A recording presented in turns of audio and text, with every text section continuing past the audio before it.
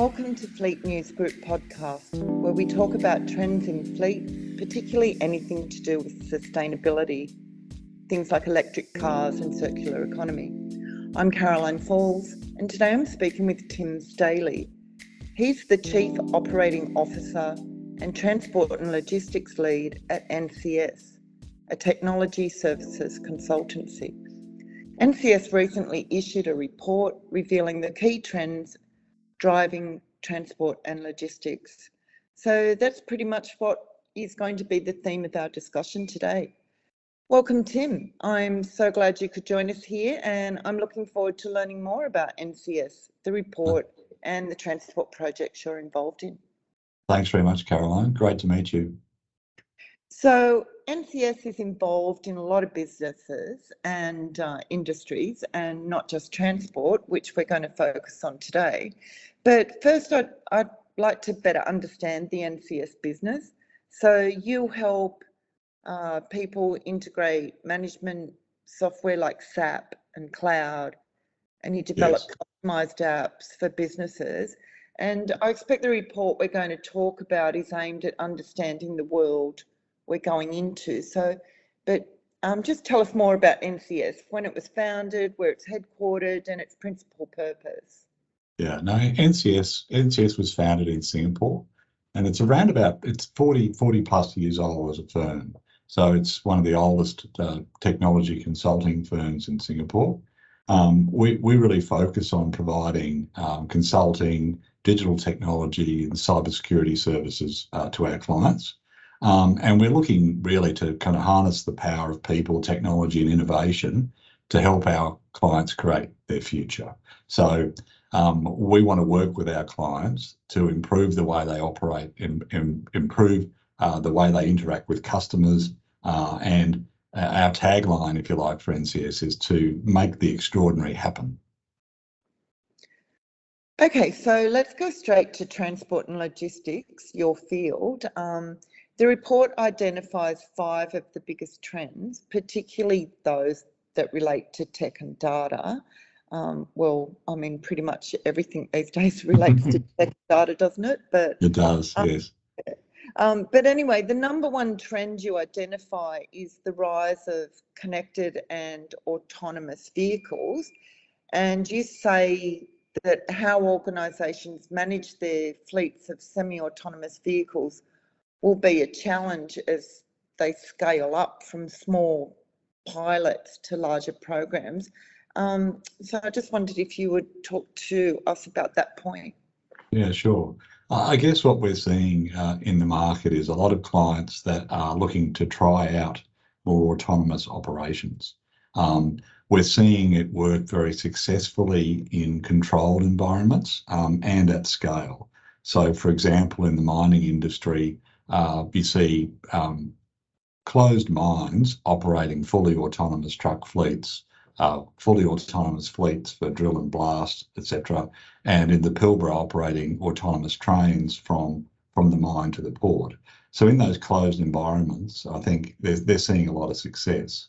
When you talk in the open market, a lot of our clients are looking to pilot things and understand how they're going to operate those autonomous vehicles. So they're starting small with understanding what's going on around them, looking to understand how it impacts them and how they're going to be part of the industry, and then looking to explore from there. So if you look at fleet operators, they're already operating some things such as, lane keeping features on there, adaptive cruise control, park assist is something that everyone's familiar with. But the machine learning is now coming in where they're looking more at things like the driver awareness and how the driver is behaving in the vehicle and in the cabin. So hopefully they can better detect fatigue and understand exactly whether the driver is prone or approaching effectively a microsleep. And that may be caused by eyelid movements, facial expressions and those sort of things. So they're looking to automate their operations, but really play at the edges to start with, so they're confident the technology is identifying the right cases, and then it's improving the way they operate. A number of fleet companies will highlight to drivers as they're driving along, last time you drove in this section of road, you went over speed. Make sure you don't do that again. And that'll come up as an alert to them and their in-cabin. So we're seeing the kind of technology moving into the cabin and to helping them to automate some of the decision making and automate some of the warnings, etc., that are occurring. When you go more broadly into operating autonomous fleet, we're seeing a number of test environments in Australia that are operating, but we're still kind of creeping up on that challenge of the mixed traffic. And that's probably the key challenge in this autonomous area, is how do we operate successfully in mixed traffic? Yeah, and I guess it's like, how do you bring everybody along on that journey? That's exactly right. Now, Yeah. I think people would inherently think that the rail industry might be a good place to start, but they have similar challenges. In most railway lines, there is mixed traffic in use. There's passenger trains, there's freight trains, there's very different operators. They've got different age of equipment and sophistication, and they need to effectively get them all to the same standard if they were to go to a more autonomous mode of operation. So in Queensland, for example, Queensland Rail is implementing a system called ETCS, or Electronic Train Control System, whereby the track has inbuilt intelligence, the trains running on the track have inbuilt intelligence, and if a train was to pass a red signal, the track would effectively act to stop the train. And this is the thing is really the early stages of getting to more autonomous. In those situations, they still have a driver in the cabin, but they may have come down from potentially 2 drivers to 1. That's not the case yet, but they have a driver in the cabin, but there is a real sensor operation between the train and the track to more automate the decision making, particularly as it relates to safety. So that they can safely operate in those environments without the need for human intervention if something does go wrong. So, look, I might just leave the report to the side again for a minute, because I want to get to a bit more perspective on where you and NCS are coming from. So just tell me a bit more about yourself and how you found your way to NCS. Like, we haven't met, but I see from your bio that you've got a really wide experience, including having worked at an energy generator, Aurizon. And I was just wondering, like, if when you worked there, you envisaged how entwined an energy generator and transport would become. Like, just tell me more about your career and maybe how it sort of seems to have dovetailed for you into becoming lead of transport at this big consultancy. Sure. Now, I guess my career has kind of started in consulting and has now ended up in consulting. So I've spent 18 years at Accenture, which are a global consulting company, working across a number of clients in both public and private sector. I worked in utilities, I worked in resources, I worked in major retailers, etc., and a number of government agencies. I then, when I left Accenture, I joined Rio Tinto on a global program of theirs. And Rio Tinto made some heavy investments in standardising the way they operate globally. And I was a big part of that program and managing a large team in executing that. I then spent a bit of time at Aurizon, and my time at Aurizon was more focused on the gas fields and how the gas fields are operating. And I got involved in some of the work that they were commencing in automating those gas fields and operating them remotely, or having remote operation centres in place so that they can best control them 24/7, but also provide emergency remediation if required on site. Following that, I joined a large railway company in Australia and was the Chief Information Officer there for 5 or 6 years, and implementing a strategic program which started in terms of building foundations for automation and then actually ended up with a number of automated aspects that were implemented there, and then subsequently joined NCS. So it's been a bit of a journey. to your point earlier about power generation and the transport and how it's all coming together, I think at the time I didn't really see the link as obviously as it is today. I think at that time battery technology wasn't where it is now, and I think there was a view, there was less of a focus on the environmentalist impacts of the fossil fuels, etc., than there is today. However, it does seem very natural now that an ecosystem has formed that needs to rise as one to achieve a new automated future with greater mobility options and greater sustainability to support a growing population and the challenges of the future in living in more densely populated areas, needing to get from A to B reliably without high pollution and without unnecessary congestion, if you like. Wow, it's like poetry to my ears. Yep, there's a beautiful answer. Look, another trend identified in the report was increasing adoption of mobility as a service. And I think COVID may really have put a bit of a spanner in the sort of MAS works as people struggled, to work or travel together in confined spaces like a vehicle. But it's getting back on track, is it? And most definitely getting back on track. Yeah. I think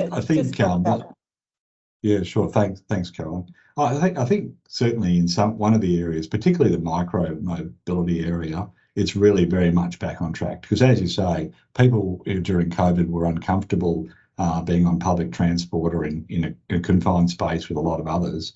But in states like Queensland and Victoria, micro mobility really took off with the mobile scooters and the mobile bikes, where people can just walk up and use the app and connect and go to where they want to go to, effectively bringing their own helmet or whatever they need. So I think we're seeing that the mobility as a service really rising. Where it's going to go from here is really about allowing people to plan their journey using a multiple or variety of mobility services on a single digital channel. So someone may well choose a green option to get across town. They paid for a service that may be a monthly payment, and they get to use all of the available transport options as part of that service in, say, Zone 1 and 2 as an example. So they may choose, I only want green options proposed to me. So they might hop on a mobility scooter, get off to a train station, and then hop onto an electric bus to get closer to their workplace. However, if someone just wanted to choose the fastest path, that may take them onto an old style ICE type bus.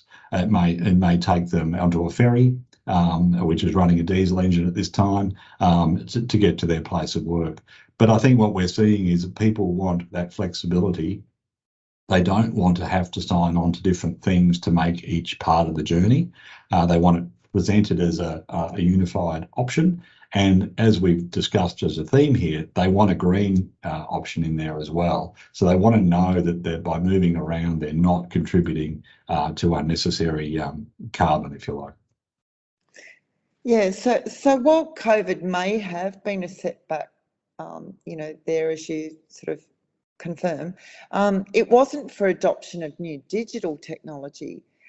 Indeed, I've reported on companies struggling to find staff have found that by automating, say, their logistics has enabled them to get by with less staff. So, can you sort of tell us a bit more about what you've found in that sphere and how big the opportunity remains for growth in Australia in digitising and, automating things?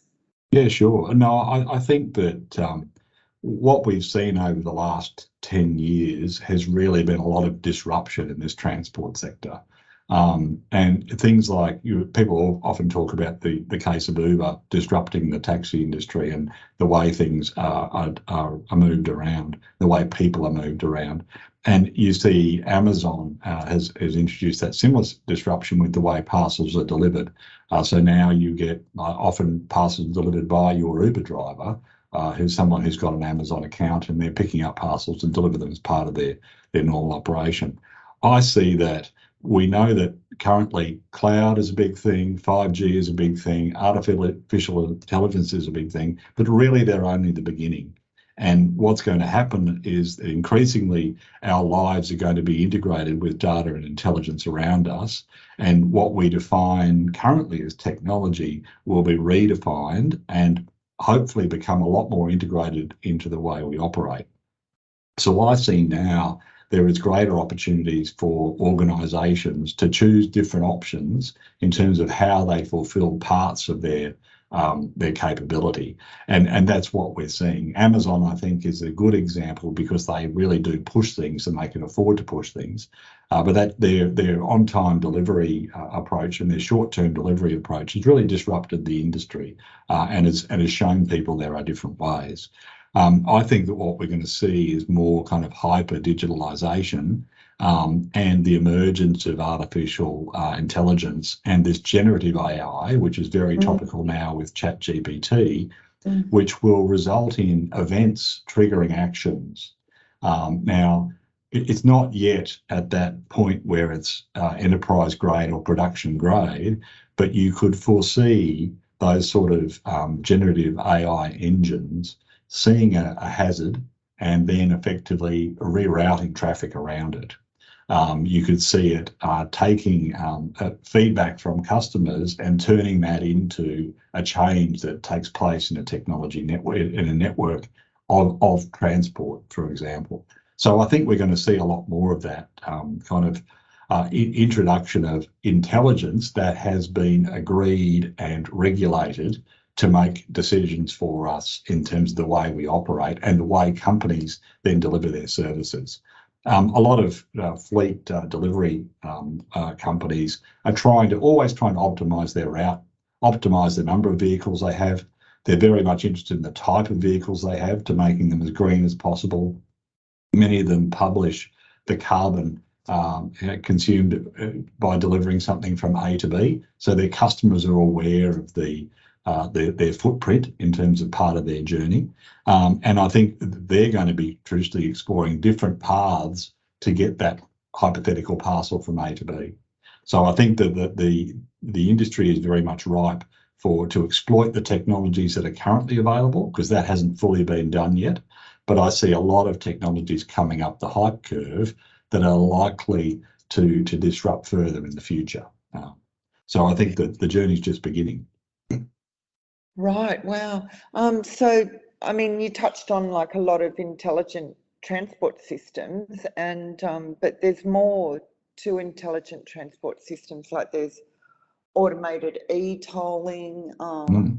You know, maybe ways of collecting road user charges, dynamic speed zones, active lane management. Can you just sort of like help us to understand like ITS? Well, I think what we're seeing with ITS is really about that kind of vehicle to everything technology and connecting the motorists and the infrastructure operators to better manage congestion and improve safety and improve traffic conditions. So we're going to see that complex and diversified kind of transport infrastructure in Australia kind of start to converge using that vehicle to everything technology connection, where the motorist and the infrastructure operators are going to be connected to manage that congestion better and improve that road safety and the traffic conditions. You mentioned the speed zones and the lane management and the e-tolling, etc. But I see more around happening about high capacity signalling, building smarter motorways with different options, and kind of unpacking a number of the big rules that have been in place based on prior efficiency opportunities. So, for example, in the past, the way that they made public transport efficient was to have a dedicated bus lane. Now, that's great, but what it means is there's less room on the road for the other traffic. So I can see some of those big rules that were put in place because there was no way to dynamically manage things are likely to be replaced by transponders and sensors in vehicles that effectively track your use and your time in bus lanes and the way you're approaching things, rather than kind of police it as a dedicated path. And therefore we'll be able to handle more traffic on our roads without it being a more you're allowed in there or you're not allowed in there kind of environment. So I see a number of those kind of big rules being unpicked as part of those smarter motorways and part of those improved traffic management approaches to best get the most out of the roads that we have and the roads that we develop into the future by providing more flexible options to relieve that congestion as it occurs. Wow, that was fantastic. My mind was really getting into how beneficial it will be to have like just solely autonomous vehicles being able to respond quickly to that sort of dynamic system. But anyway, let's get on to one of my favourite subjects, sustainability. Is it also a favourite topic among today's business leaders? I was just wondering, with all your experience and contact, like at high level C-suite, are they embracing the tech and opportunities to move to more sustainable practices enthusiastically, or are they being dragged to it? Like, and what about you? Are you excited to be working in this area where transport really does have such a big role to play? And are you encouraged? Yeah, I think from my perspective, look, I'm definitely excited because I can see huge opportunities in this space if we can get it right. And I think that, to your point, it depends on the organisation as to how enthusiastically they're embracing the sustainability line. And I think most organisations are very much keen to understand. They've got a number of stakeholders. It might be the board members, their customers, their shareholders, all sorts of stakeholders who they need to respond to. Their stakeholders are asking them questions about sustainability all the time. And we're increasingly seeing, green investment funds, et cetera, that are driving the behaviour of a lot of these transport and other companies. So I think it's very much on their mind. And NCS plays a key role with a lot of transport companies in helping them to understand the technology that's emerging and coming and explaining to them how that might relate to their business. Because they need to make a decision as to, is this technology likely to impact me? How could I exploit it to improve my sustainability? And then how do I approach that? And that's where NCS often can help. However, I think where sustainability is quite unique is, as we talked about earlier, the ecosystem needs to lift to make it work properly. So there needs to be regulation that supports the use of the more sustainable options. There needs to be incentives in place to go down that path. They need to know that infrastructure is going to catch up and be there. For example, if organisations start to move to electric fleets, they need to know that they can charge that fleet as they're moving around the countryside. And I think we've got to see that kind of coalition forming to lift it. But I guess in summary, I would say all organisations are interested in sustainability. Some are more proactive than others, but all of them need to understand the concepts as they come along and how they are likely to be impacted or how they could likely exploit those. And I think it's kind of really highlights the need for technology to play a role in both enabling and improving a range of these activities and helping organisations to understand their footprint and how they best navigate the path forward in the most sustainable manner, which is really what they want. They want the most sustainable manner, which will satisfy their stakeholders, so have a good business case, but also deliver the right benefits for them moving forward. I've sort of got like a really tough question now. I don't know if you can answer it, but do you think Australia is up for the task, or that it may possibly meet the Paris targets to cut emissions by 45% by 2030, reach net zero by 2050? Caroline, it's a really good question. I mean, and I can really only speak from a transport sector perspective, where there's a lot to be done, but I see, there is a lot of progress being made. And it's a complex area where we've got to balance the energy infrastructure, planning policies, and everything playing an interconnected role. But I can't really comment on whether Australia's on track to achieve the targets, because it really relies on government and enterprise and communities working together to actually lift the whole game so that that target can be met. I think NCS's role, we're very keen to help those organisations get on that technology path and work towards those targets by achieving their sustainability goals. However, I can't really comment on whether Australia's going to be on track. Certainly the government and everyone is aiming there, but I only see the activity in the transport sector. So what are some of the projects that you and NCS are working on here in Australia? I can't talk about clients elsewhere as well. Yeah, no, I can't talk about clients specifically, because obviously we want to work in confidence with our clients, but we work with all sorts of organisations in terms of public transport agencies, commercial fleet operators, airlines, etc., in a number of different interesting areas. And many of our government clients in Singapore are working on the sustainability options and traffic management options. And we are working closely between those government organisations in Singapore and similar government organisations here in Australia. And what we're seeing is a really good sharing of ideas between those organisations and thinking about the options they're considering and the way they're going to move forward.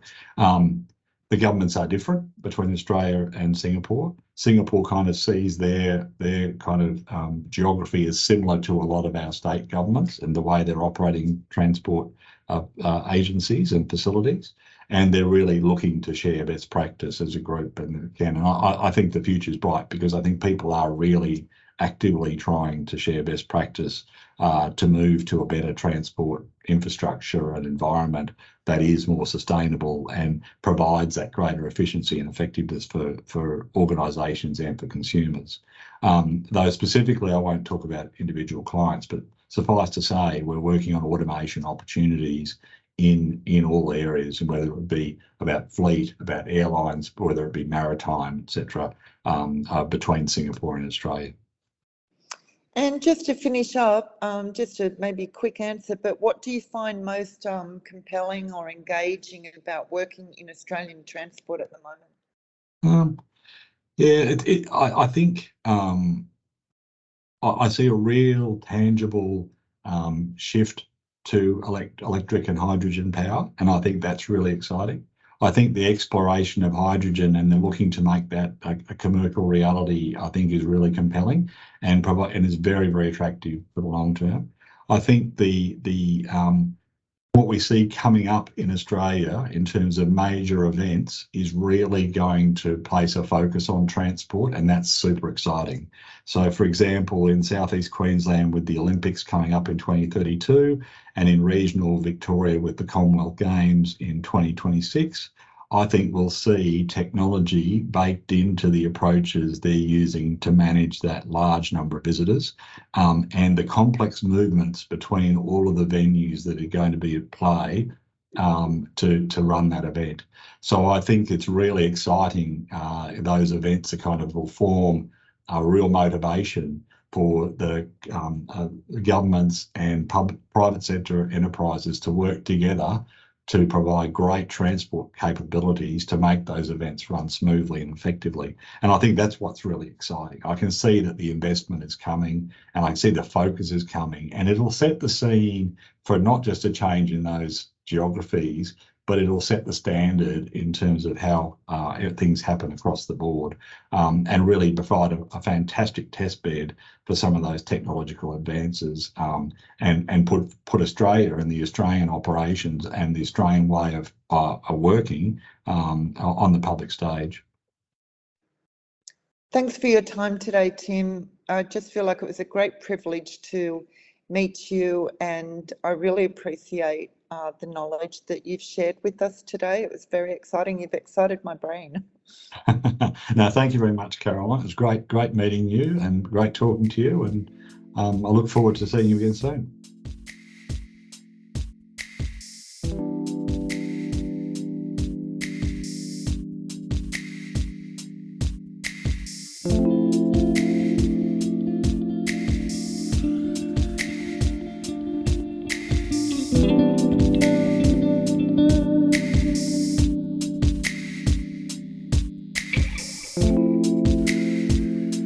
You've been listening to Fleet News Group podcast. It was edited and produced by Isabella Fiorentino. You can follow us on Spotify. Just search for Fleet News Group. We're also on Instagram, Facebook and YouTube.